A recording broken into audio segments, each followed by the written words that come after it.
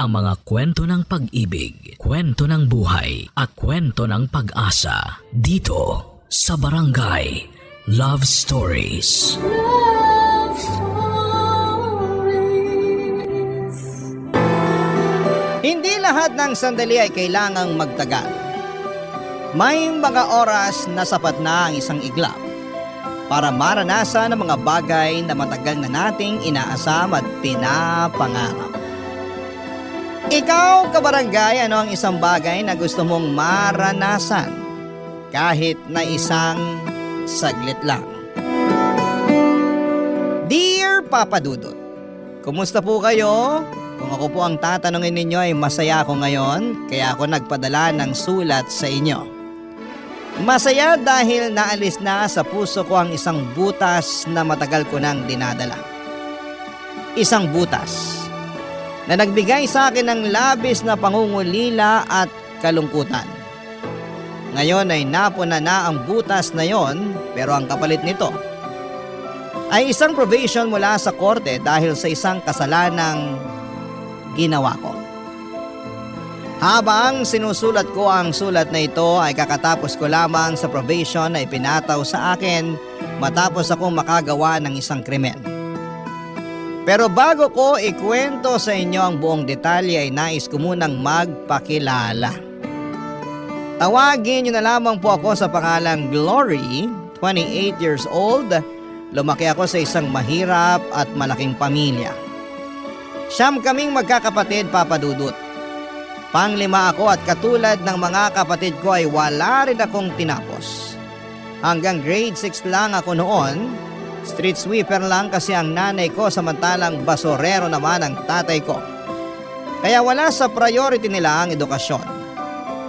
Sa aming siyam, 2 lang ang nakapagtapos. Ang panganay na anak na maaga ring nagkapamilya. At ang pangalawang anak na kinalimutan na kami simula noong nagkaroon siya ng maayos na buhay. At para makatulong sa mga magulang ay naging taga-silbi ako sa isang karinderya. 14 years old lamang ako noon pero batak na ang katawan ko sa mga mabibigat na trabaho. Maghapon akong naguhugas ng mga pinggan at pinaglutuan. Ako rin ang nagsisilbing serbedora na taga-abot ng pagkain sa mga customers at tagalinis ng kanilang pinagkainan. Sa paglipas ng panahon, ay unti-unti akong natutong magluto hanggang sa naging tagaluto na rin ako sa karinderyang yon, Papa Dudut.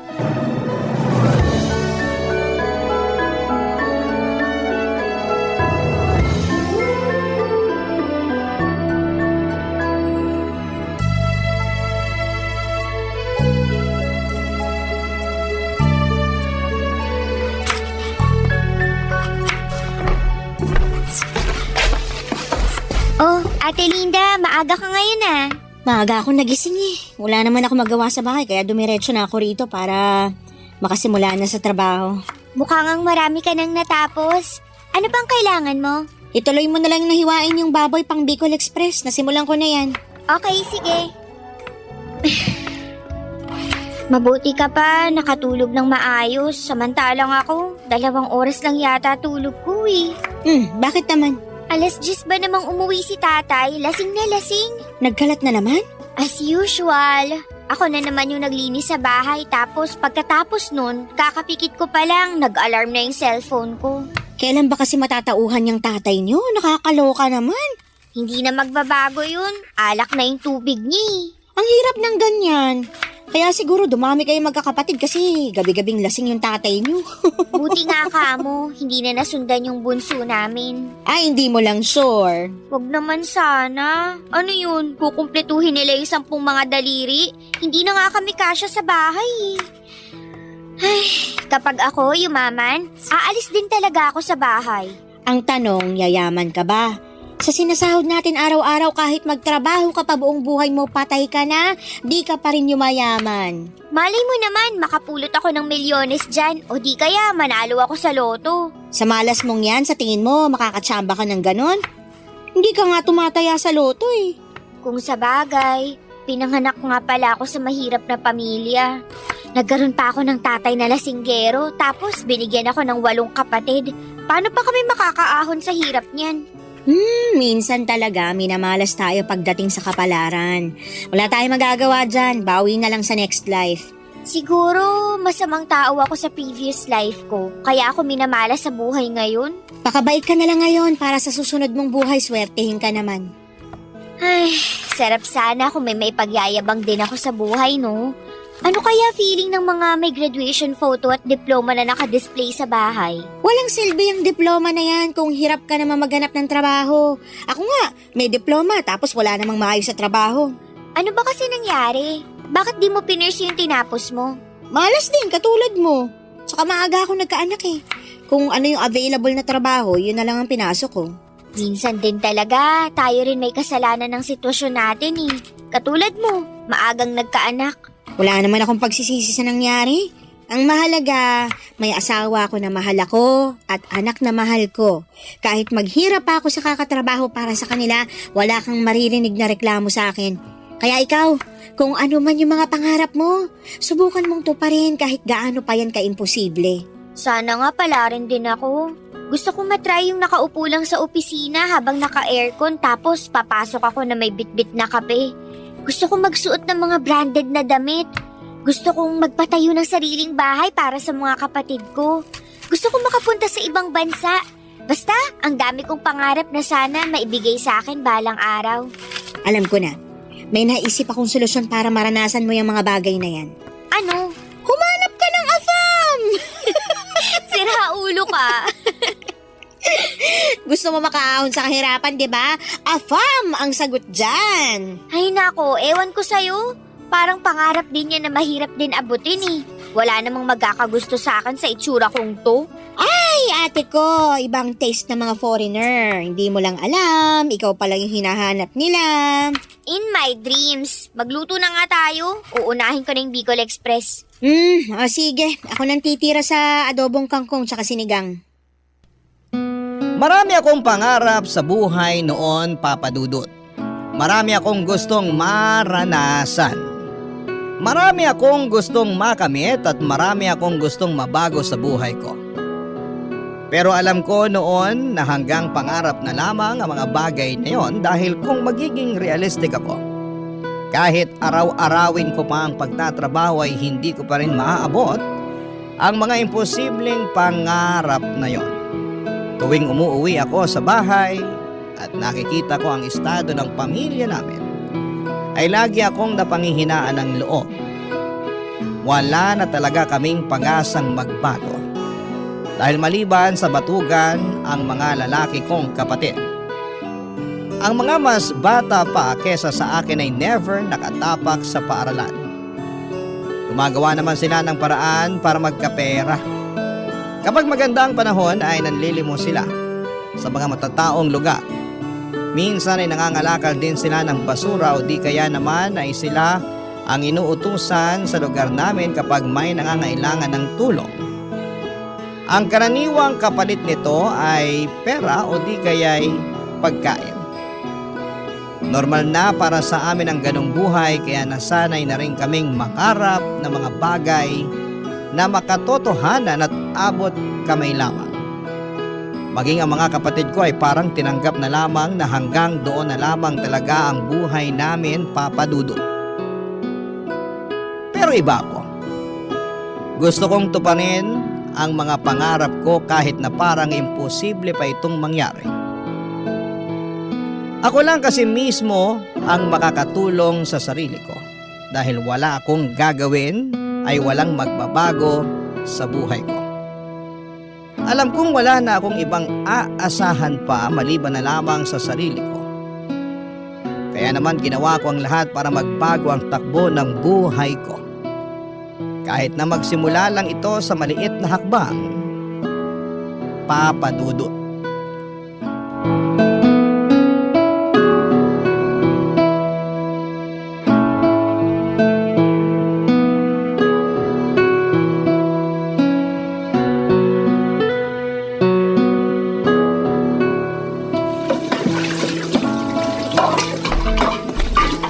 Glory, tapos ka na ba sa paghuhugas dyan para makapagsara na tayo? Malapit na, mga kutsara at mangkok na lang. Tulungan na kita dyan para matapos na. Gusto ko nang umuwi eh. Naantok na ako. Sige, ikaw na lang magbanlaw ng mga to. Ilang taong ka na ba ulit? 18, bakit? Ayaw mo ba mag-aral ulit? Bata ka pa eh. Sayang naman kung hindi mo may pagpapatuloy yung pag-aaral mo. Sa ganitong edad? Itabi mo ako sa mga grade 7, baka mapagkamalan pa nila akong teacher. Hindi, pwede ka mag-TESDA. Total 18 ka na. Pasok ka na sa criteria. Marunong ka namang magluto. Magkukari ka. May NC2 na yun. Pwede mong magamit para makapag-abroad. Wala talaga akong pambayad sa pag-aaral ko, te. Libre ang TESDA, ano ka ba? Anong libre? Walang libre sa edukasyon ngayon. Oo, siguro wala silang tuition fee. Pero may mga babayaran pa rin yan. Tapos yung pamasahe ko papapunta para mag-aral. Kung titigil ako sa trabaho, saan ako kukuha ng allowance? Pag-ipunan mo o di kaya magpatulong ka sa mga kapatid mo nakapagtapos. Di ba may dalawa kang kapatid na nakagraduate ng college? Meron, pero yung isa may sarili ng pamilya. Ayoko namang pahirapan pa yung buhay ng kapatid kong yun kasi pati naman sila naghihirap din eh. Yung isa naman, hindi ko alam. Wala na kaming balita sa kanya. Ano ba kasi nangyari sa kapatid mong yon? Ay nako, ate, sobrang lala. Hindi ko makakalimutan yung moment na yun sa buhay ko kasi first time na may lumaban kay tatay noon. Ikwento mo sa akin dali. Ganito kasi yun. Di ba alam mo naman si tatay? Ang gusto nun, dapat laging siyang nasusunod. Lahat ng salita niya, tama. Walang mali sa kanya. Kapag kumontra ka, basag ang bungo mo. Okay, tapos? Eto na nga. Napagtapos nila si ate. Nakahanap naman siya agad ng trabaho. Siyempre, happy-happy na si tatay kasi ramdam na namin yung konting pag-angat sa buhay namin. May masasarap na pagkain na kami noon. Tapos si ate yung nagbabayad ng mga bayarin. Para bang nabawasan na yung trabaho nila kasi nandiyan na si ate nakatulong nila. Aha, tuloy mo lang, nakikinig ako. Tapos isang araw, biglang umuwi si ate na may dalang balita. Buntis siya. Nagalit tatay mo? Oo naman, galit na galit. Sampal yung inabot ng ate ko. Hindi pa nga raw nababayaran ni ate yung mga sakripisyo nila tapos magpapabuntis na agad siya. Dismayadong dismayado si tatay nun. Grabe naman! Nagalit yun kasi alam niyang mawawala na yung ATM nila. Wala na sila mapagkukuhaan ng pera. Medyo naiintindihan ko rin naman yung pinanggagalingan ni tatay. Siyempre, umaasa silang si ate na ang magiging katuwang nila sa mga gastusin. Tapos bigla siyang nagpabuntis. Eh di katulad din ni kuya na maaga siyang magkakapamilya. Ibig sabihin, yung dalawang napagtapos nila, walang naging ambag sa buhay nila. Ang hirap nun. Yung ikaw yung pressured kasi pinagtapos ka sa pag-aaral. Nag-e-expect sila na may kapalit yung mga bagay na yun na kung tutuusin, hindi naman dapat ganun. Siyempre, pinaglaban ni ate yung sarili niya. Sawa na raw siya sa mga pananakit ni tatay. At hindi raw lahat ng credit na kina tatay kasi marami ring sakripisyo si ate para matapos niyang pag-aaral niya. Marami siyang sideline na pinasok. Naging working student siya. O, tapos ano nangyari sa kapatid mo? O yun, pinalayas siya ni tatay. Simula nun, hindi na namin siya nakita. Never na siyang nagparamdam, never na siyang nagpakita. Teka, bakit ganun yung ginawa sa ate mo samantalang yung panganay nyo na mas naunang nagkapamilya, hindi naman pinalayas? Lalaki kasi yung panganay namin. Para kay tatay, okay lang daw yun. Pero kapag kaming mga babae na yung nabuntis, iba yung tingin niya dun. Grabing double standards niya na. May favoritism eh. Hirap ng ganyan. Kaya kung ako sa'yo, mag-aral ka na lang para kapag nakapagtapos ka, makakahanap ka ng mas magandang trabaho. Makakabukod ka sa abusado mong tatay. Papadudod sa bahay namin si tatay ang batas. Lahat ay kailangang sumunod sa gusto niya kahit pa mali ito. Kung hindi kami susunod ay bugbog lang ang mapapala namin mula sa kanya. Siya ang dahilan kung bakit naging matatakotin ako sa maraming bagay. Makarinig lang ako ng malalakas na ingay katulad ng kalderong nahulog o di kaya'y pintong padabog na sinarado ay bumibilis agad ang tibok ng puso ko. Ganon po kasi lagi sa bahay noong bata pa lamang ako. Parang may exorcist sa bahay namin kapag nagwawala si tatay. Lumilipad ang mga gamit namin. Noong bata ako kapag ganon ang nangyayari ay natatakot lamang ako habang umiiyak sa takot. Noong tumanda ako kapag alam naming uuwi na naman ng bahay si tatay ng lasing ay lumalabas muna ako para makapagpahangin. Saka na lang ako uuwi kapag tulog na siya. Walang laban ang nanay namin kay tatay, Papa Dudut. Siya ang karaniwang punching bag ni tatay noon kapag galit siya. Kung bakit siya galit dahil hindi raw niya magawa ng maayos ang trabaho niya bilang padre de pamilya. Sawa na raw siya sa pagiging mahirap at ang tanging ginagawa niya ay para ilabas sa mga hinanakit na yon ay ang mag-inom at magwala sa bahay. Malinaw pa sa mga alaala ko noon kung paano pinalayas ni tatay ang kapatid ko. Sobrang broken ako noon dahil isa si ate sa mga paborito kong kapatid. Siya ang laging nagbibigay ng pera sa akin noong bata pa lamang ako. Lagi niya ako nililibre ng pagkain. Noong pinalaya siya ay parang nawala na rin ako ng kakampi sa buhay. Papa Dudut, hindi ko maintindihan noon kung bakit gano'n na lamang ang galit ni tatay sa ate ko noong nabuntis siya. Pero noong lumaki ako ay gets ko na ang lahat, lalo na noong ako na rin mismo ang umuwi sa bahay na may dalang balita. Papa Dudut. Barangay Love Stories. Barangay Love Stories. May boyfriend ako noon, Papa Dudut. Nagtatrabaho siya bilang isang mekaniko. Katulad ko ay hindi na rin siya nag-aaral. High school lang ang tinapos nito, 16 years old lamang siya noon, samantalang ako naman ay 18 years old. Una ko siyang nakita noong kumain sila ng mga katrabaho niya sa karinderya namin. Sa sumunod na araw ay pasara na kami noong humabol siya para kumain. Dahil maraming natirang ulam noong araw na yon ay nagbolontaryo akong pagsilbihan na lamang muna siya dahil alam kong madadatnan ko na naman si tatay sa bahay ng lasing. Pinauna ko na noon si Ate Linda at ako na ang nagsarado ng karinderya. Habang kumakain, nagkwentuhan kami tungkol sa buhay-buhay. Wala na siyang magulang at ang nagpalaki sa kanya ay ang tito niya na siyang nagmamay-ari ng maliit na auto repair shop sa lugar namin. Simula noon ay sa karinderya na siya araw-araw na kumakain. Mabilis na gumaan ang loob ko sa kanya dahil lagi niya akong kinukumusta noon, Papa Dudut.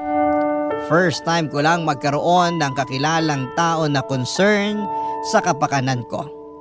Never akong tinanong ng mga magulang at kapatid ko kung kumusta ako. Tanging siya lang ang nangungumusta sa akin. Kalauna niligawan niya ako at sinagot ko naman siya, Papa Dudut.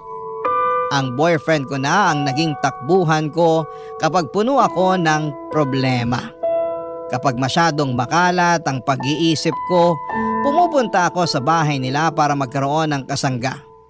Naging tago ang relasyon namin ng boyfriend ko, Papa Dudut.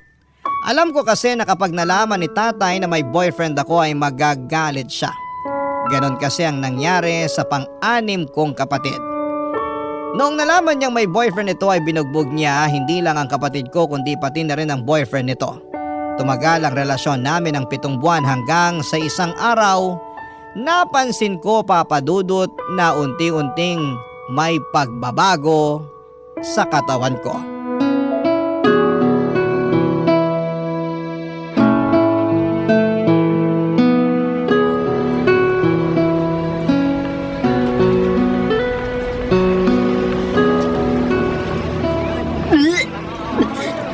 Hoy, ayos ka lang.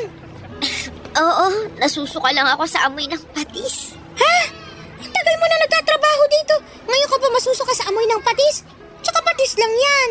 Ewan ko ba, bigla na lang naging sensitive yung pang-amoy ko.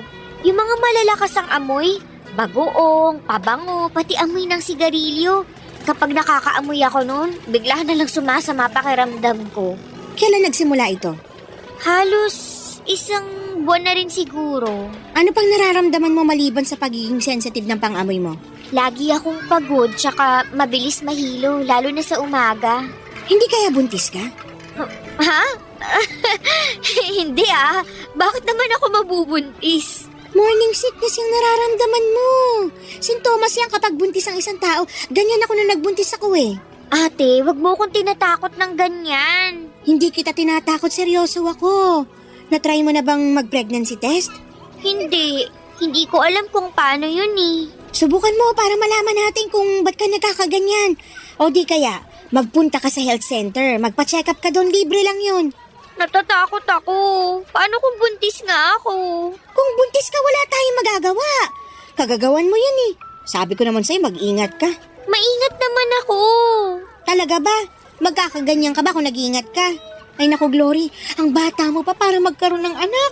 19 ka pa lang, di ba? Paano mo bubuhayin yung anak mo na yan? Hindi yun yung problema ko kundi si tatay. Baka mapatay ako noon kapag nalaman niyang buntis ako. Ikaw naman kasi. Alam mo naman na sobrang stricto ng tatay mo. Aware ka na nga sa mga consequence tapos ganyan pa ginawa mo. Hindi ko naman to ginusto eh. Hindi mo ginusto o baka hindi mo lang inaasahan? Kasi magkaiba yon. Alam mo, Glory, lahat ng mga desisyong ginagawa natin sa buhay may kaakibat na bunga yan.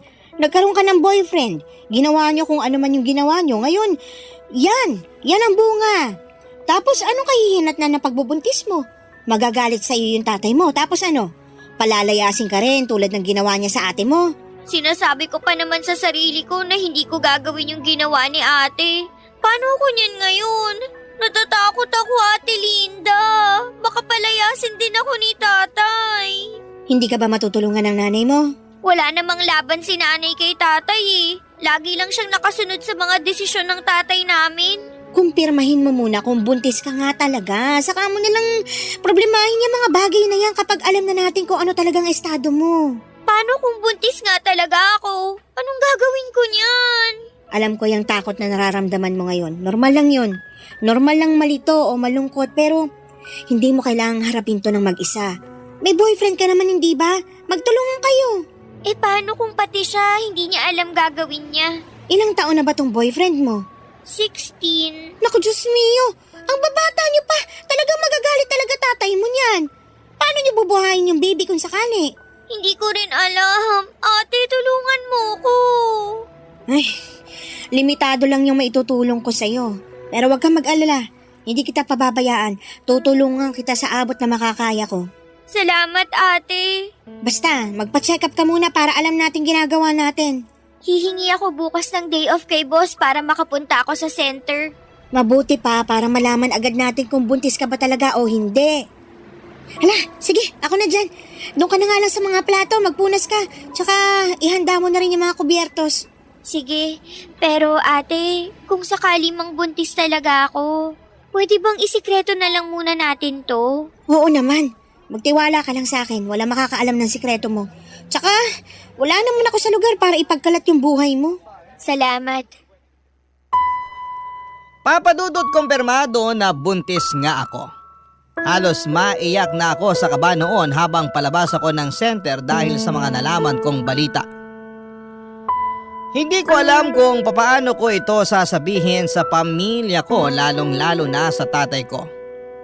Ayokong matulad sa ate ko na napalayas at naging mapag-isa sa buhay. Hindi kasi ako katulad ng ate ko na madiskarte. Kapag ako ang pinalayas, wala akong ibang matutuluyan.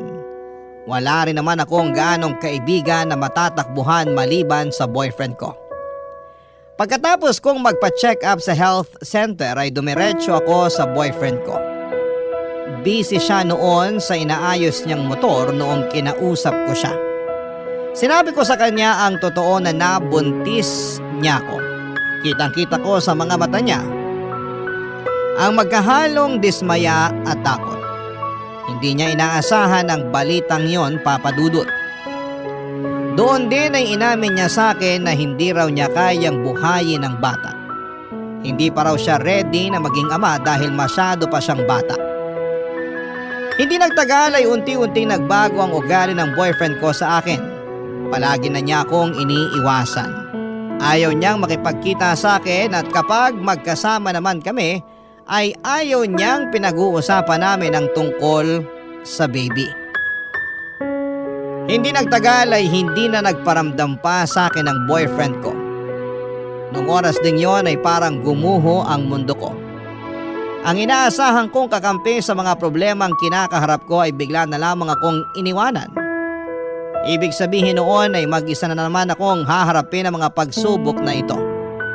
Totoo nga na wala akong ibang maaasahan kundi ang sarili ko lamang dahil sa dinadala kong problema ay hindi na ako nakapag-concentrate sa trabaho ko at agad yung napansin ni Ate Linda, Papa Dudut.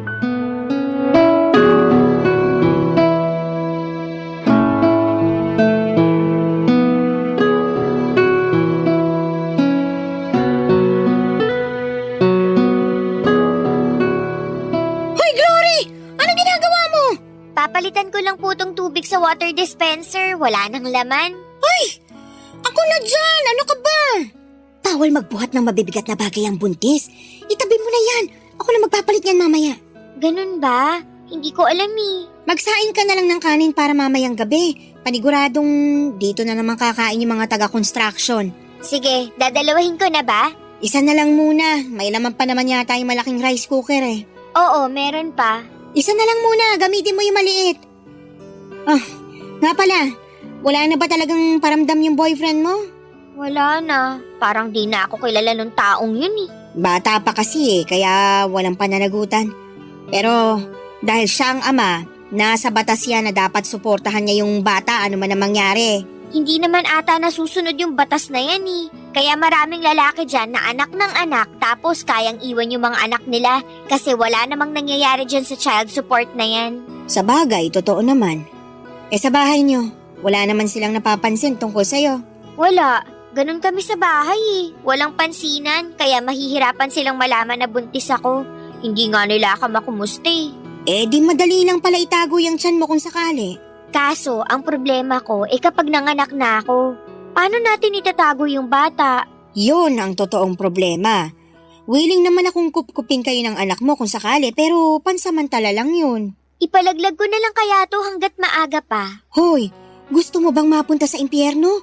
Tsaka, illegal ang abortion dito sa Pilipinas, makukulong ka niyan. Mas gugustuhin ko na lang makulong kaysa harapin ko yung tatay ko kapag nalaman niya yung totoo.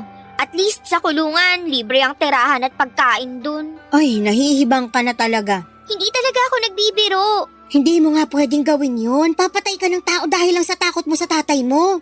Hindi ko alam. Siguro natatakot lang ako na baka wala akong mapuntahan kapag pinalayas ako sa bahay. Ganito na lang, may naisip ako.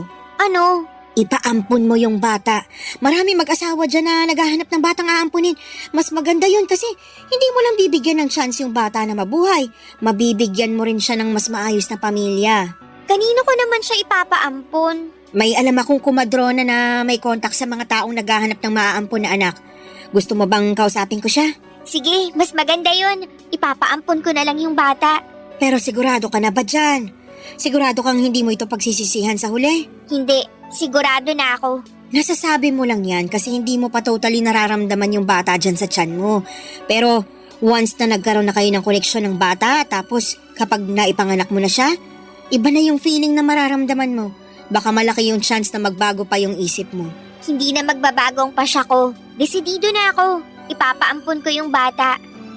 Tama yung sinabi mo. Mas magandang solusyon yun kasi mapupunta siya sa taong kaya siyang alagaan. Kesa naman maiwan siya sa akin, hindi ko siya kayang buhayin. May 9 na buwan ka pa para pag-isipan yung desisyon mo. Huwag ka masyado magpadalos-dalos. Tandaan mo ha, minsan ka nang nagkamali dahil sa mga desisyong hindi mo pinag-iisipan ng maayos. Basta, kung ano man yung mangyari, sure ka na may kakilala kang pwedeng umampun sa anak ko? Madali na lang yun. Ang problemahin mo na lang muna sa ngayon, yung maitago mo ng maayos yung bata sa tiyan mo para hindi ka mahuli. Madali lang niya maitago sa ngayon dahil maliit pa pero paano kapag lumaki na yan? May plano na ako para dyan. Tsaka marami akong bilbil, hindi ito mahahalata. Basta kapag nagkabukingan, nandito lang ako na pwede mong takbuhan ha? Salamat. Kung wala ka, hindi ko na talaga alam ang gagawin ko. Para na rin kitang kapatid eh. Sa tagal natin magkasama dito sa karinderya, wala na yun sa akin. Hala, magsaing ka na. Napakwento na naman tayo dito nang wala sa oras. Heto na, magsasaing na.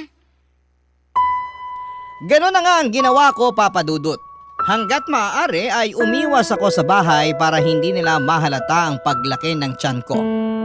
Mabuti na lang at medyo malaki rin ako ng panahong yon, kaya pwede kong irason na taba lang ang dahilan kung bakit malaki ang tiyan ko.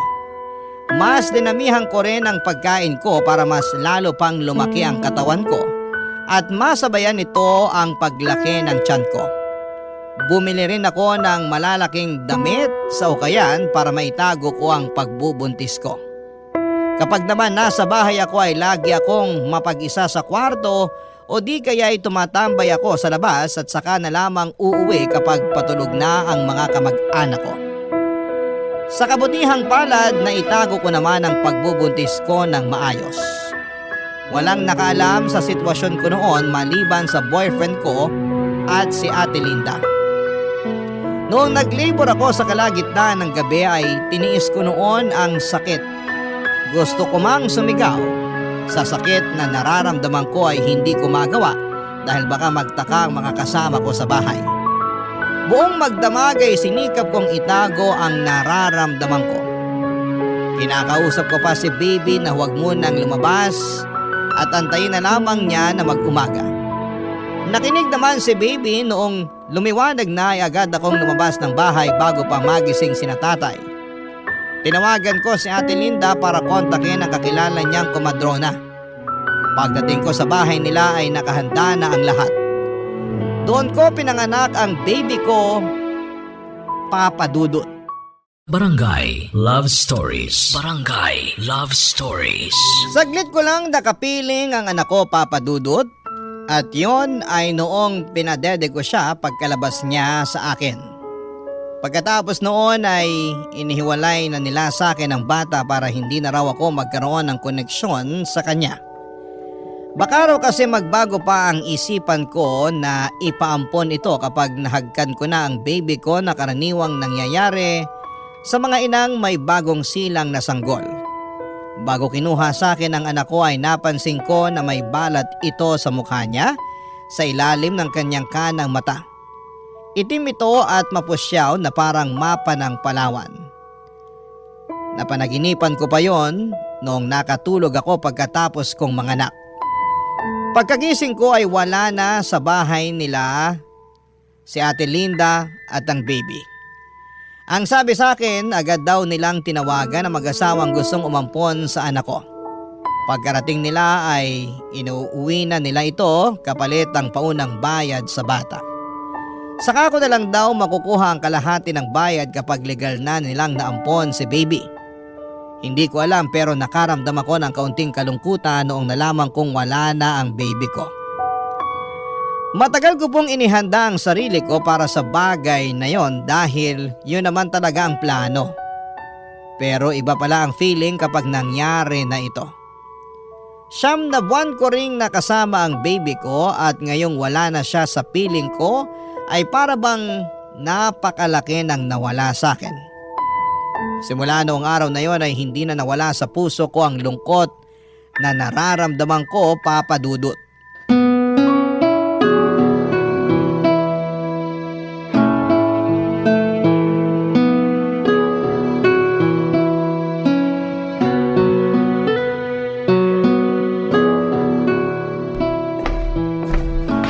Hoy, lalim naman ang iniisip mo. Ba't ka nakatunga nga dyan? Halika na, kumain na tayo. Ang tagal mo kasi, kanina pa kita inaantay. Inantay ko lang yung huling customer na makaalis para makapagsara na tayo. Gusto mo ba to? May natira pang bistek. Sa'yo na lang yan. Alam kong paborito mo yan eh. Okay na ako dito sa adobo. O sige, ikaw bahala. Kumusta na kaya yung baby ko? Ba't mo naman iniisip yan ngayon? Wala lang, curious lang ako. Sigurado akong nasa maayos ng kalagayan yung anak mo ngayon. Nakita mo yung umampon sa baby ko? Oo, sinamahan ko yung kumadrona nung sinundo nila yung baby. Alam mo ba kung anong pangalan nila? Hindi ko na tinanong, tsaka hindi mo rin naman pwedeng malaman yung pagkakakilanlan nila eh. Bakit naman? Sa pagkakaalam ko, may confidentiality pagdating sa ganyan. Kung tama ako, close adoption yung mangyayari. Closed adoption? Ano namang ibig sabihin nun? Closed adoption ang tawag kapag ayaw makipagkilala ng adoptive parents sa biological parents. Pero bakit naman? Ewan ko, for privacy siguro. Tsaka baka natatakot sila na baka isang araw, bigla ka na lang magpakita sa pintuan nila para kunin yung anak mo. Pero legal naman yung pag-ampon nila eh. Kapag natapos na yun, wala na akong magagawa kahit gusto ko pang kunin yung anak ko. Kasi kapag natapos na yung adoption process, wala na akong karapatan sa bata. Totoo naman yun, pero irespeto na lang din natin yung gusto ng adoptive parents. Tandaan mo, sila ang nagligtas sa'yo mula sa problema mo. Nakatulong din naman ako sa problema nila eh. Nagkaroon sila ng anak dahil sa akin. Ayun nga, so pareho na kayong walang problema. Pareho na dapat kayong mag-move on. Ewan ko. Para kasing ang bigat sa dibdib. Parang ang laki ng kasalanan ginawa ko. Para naman sa ikabubuti yung mag-ina yung ginawa mo. Bakit? Nagsisisi ka na ba sa ginawa mo? Sabi ko naman kasi sa'yo napag-isipan mo yung mabuti. Hindi naman ako nagsisisi. Pero may konting panghihinayang lang ako nararamdaman. Nakakalungkot lang na sa ganun na uwi yung lahat. Hindi ako namatayan, pero ganito pala yung mawalan ng anak. Siguro, iniisip mo ngayon na wala akong pake sa bata kasi ang bilis ko nag-decide na ipaampon siya. Hindi naman ganun yung iniisip ko sa'yo. Wala ka lang talaga kasing choice. Saglit ko lang siya nahawakan, pero parang ang tagal na naming nagkasama. Siyempre, 9 na buwan mo siyang kinarga. Kahit papaano, nagkaroon na kayo ng koneksyong dalawa. Alam mo, noon, kapag malungkot ako at mag-isa, yung baby sa tiyan ko yung kinakausap ko. Siya yung tanging kasama ko sa mga oras na kailangan ko ng suporta.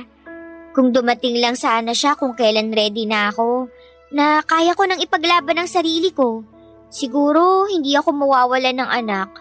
Kaso ang aga niyang dumating eh. Matuto ka na lang sa nangyari. Wala man lang kaming picture sa isa't isa. Ang bilis din kasi ng mga pangyayari. Nung nanganak ka, tinawagan na agad nung kumadrona yung mag-asawa. Pero siguro, mas makakabuti na rin yun para mabilis ako makalimot kung sakali. Tama, mas maganda nga yun. Alam mo, ate, kung hindi nawalay sa akin yung anak ko, siguro papangalanan ko siyang Elias. Uy, in fairness, ang ganda ng pangalan na yan. Ano kayong pangalan binigay nila sa anak ko? Ay nako, Glory, kung ganyan laging tumatakbo sa isip mo, hindi mo magagawang mag-move on. Palayain mo na yung anak mo. Patawarin mo na yung puso mo sa nangyari para sa ganun makapagsimula ka na ulit. Ang hirap. Alam mo, kumain na lang tayo para makauwi na rin tayo. Gusto ko nang humilata. Feeling ko, kailangan mo lang ng tulog para mawala na yung bumabagabag sa isip mo. Papadudot ng anak ako ng walang nakakaalam maliban kay Ate Linda. Ang sekreto namin yon ay naitago namin ang mahabang panahon. Mabilis na dumaan ang mga taon at kahit nawala man sa isipan ko ang tungkol sa anak ko ay nanatili pa rin siya sa puso ko. Kahit na taon na ang lumipas ay hindi pa rin nawala ang butas sa puso ko. Pakiramdam ko ay hindi ako buo dahil alam kong may kulang sa akin. May lagi akong hinahanap na hindi ko mawari kung ano. May mga pagkakataon noon tuwing dapit hapon at papalubog na ang araw. O di kaya ay tuwing gabi kapag tahimik na ang paligid ay nakakaramdam ako ng labis na kalungkutan at pagkalumbay. Noong mga panahong yon ay hindi ko alam kung ano ang rason kung bakit ako nakakaramdam ng ganon. Dala-dala ko ang emosyong yon hanggang sa tumanda na ako, Papa Dudut. Noong mga panahong yon ay wala na ako sa karinderya at bumukod na rin ako mula sa mga magulang ko. Nagtatrabaho na ako noon bilang tindera ng milk tea at shawarma sa tapat ng isang eskwelahan. Katulad ng buhay ko noon, nanatili akong mahirap. Ang mga pangarap ko noong bata ko ay nanatili na lamang na pangarap. Alam kong hindi ko na maaabot ang mga bagay na yon at tanggap ko na kung ano man ang buhay na meron ako. 7 buwan pa lang ako sa trabaho ko noon nung isang grupo ng kabataan ang tumambay sa shop namin. Isa sa mga batang nakaagaw ng pansin ko dahil sa balat nito sa mukha. Katulad ito ng balat ng baby ko. parang mapa ng Palawan. Parang nakaramdam ako ng lukso ng dugo noong time na yon. Bumilis ang tibok ng puso ko at parang naging emosyonal ako. Kamukha niyang ex-boyfriend ko mula sa mata at hugis ng kanyang ulo at kuhang-kuha niya ang mukha nito. Hindi man ako sigurado pero alam kong siya yung anak na ipinaampun ko, Papa Dudut. At yon ay kinumpirma ko noong bumisita si Ate Linda sa shop, Papa Dudut.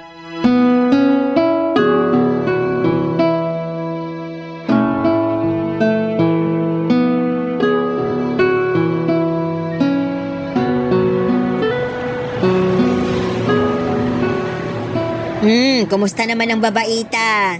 Oh my gosh, Ate Linda! Long time no see! Anong ginagawa mo rito? Gusto ko lang matikman yung shawarma nyo. Balita ko, mabili raw yan eh. Paano mo pala nalaman na nandito ako? Sa Facebook! Lagi ko kaya nakikita mga selfie mo. Oh, na-miss kita.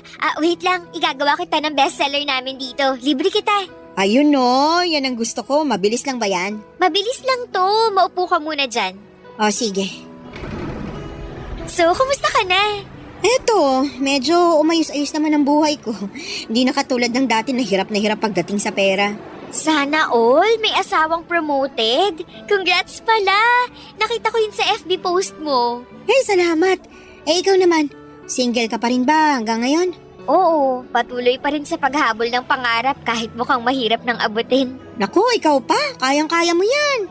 Heto na yung merienda mo. Tikman mo, masarap yan. Salamat. Alam mo ate, may kukwento ako sa'yo. Ano yan? Naaalala mo pa ba yung anak ko noon na pinaampon natin? Oo naman, naalala ko pa siya. Bakit mo na itanong? Nakita ko yung bata. Talaga ba? Paano mo naman nalaman na siya nga yung anak mo? Basta naramdaman ko na lang. Diba alam mo naman yung feeling ng ina kapag nakita yung anak nila? Ganon yung naramdaman ko. Lukso ng dugo? Oo, parang ganon. Paano ka naman nakakasiguro na siya nga yung anak mo? Sa lawak ng Metro Manila? Sa dami ng mga tao dito?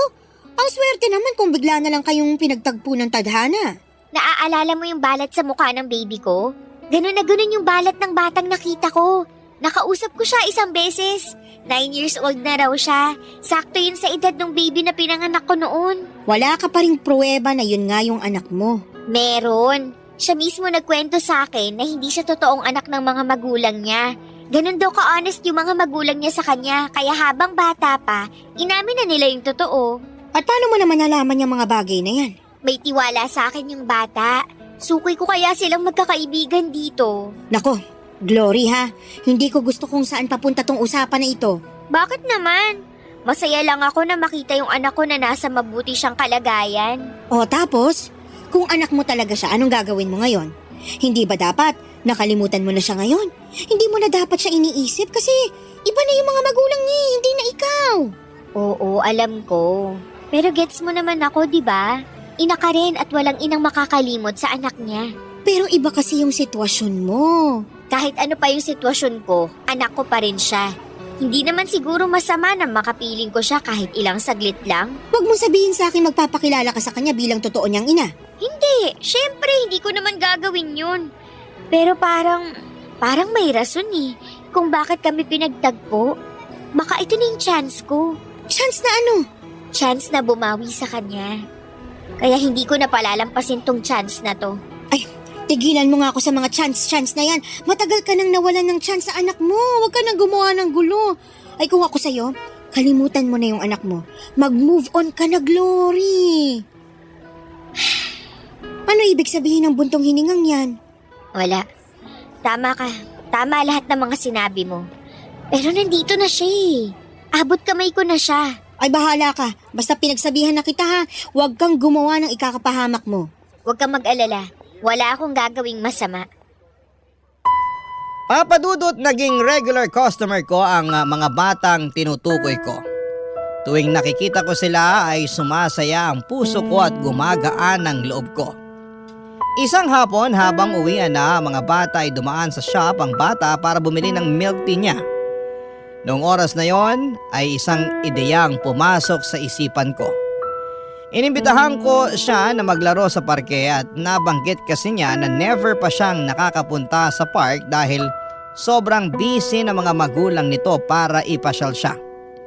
Pumayag ang bata na sumama sa akin at iniwan ko ang shop sa katrabaho ko at sumaglit kami sa pinakamalapit na parke. Pagkatapos maglaro ay nagpunta kami sa isang fast food at binili ko siya ng ice cream. Isang bagay na malimit din daw ibigay sa kanya ng mga magulang niya. Halos 3 oras din kaming nagkasama, Papa Dudut, at sa mga oras na yon ay napakasaya ng puso ko. Para bang bigla na lamang nawala ang lungkot na nararamdaman ko. Sa maikling oras ay naranasan kong magpakaina sa anak ko. Pagkatapos ng pagsasama naming dalawa ay binalik ko siya sa eskwelahan nila. Doon ay naabutan namin ang mga magulang ng bata na may kasamang pulis. Binalik ko sa kanila ang bata at nag-explain kung ano ang nangyari. Pinaratangan nila akong kidnapper kahit na nagpakilala ko sa mga magulang ng bata na ako ang totoo niyang ina. Mas naggalit pa sila noong nalaman nila yon, kaya kinasuhan nila ako. Hindi naman gaano mabigat ang parusang ipinataw sa akin dahil first offense ko pa lamang yon at wala namang masamang nangyari sa bata physically and emotionally, ay binigyan lang ako ng probation. Pinagbawalan din akong lumapit sa bata at magpakita sa kanya. Sinunod ko ang lahat ng yon nang walang pag-aalinlangan. Ang mahalaga ay nasubukan kong makasama ang anak ko at nalaman kong nasa mabuti siyang kalagayan at maganda na ang buhay nito. Pagkatapos ng probation ay lumipat ako ng trabaho at tirahan. Nagsimula ulit ako. Pero sa pagkakataong ito ay magana ang loob ko dahil unti-unti ko na ring napapatawad ang sarili ko. Dito na po nagtatapos ang sulat ko, Papa Dudut. Maraming salamat po. Ang inyong forever kapuso at kabarangay, Glory. Anong say mo sa Barangay Love Stories na ito? Pagkwentuhan natin sa comment section yan.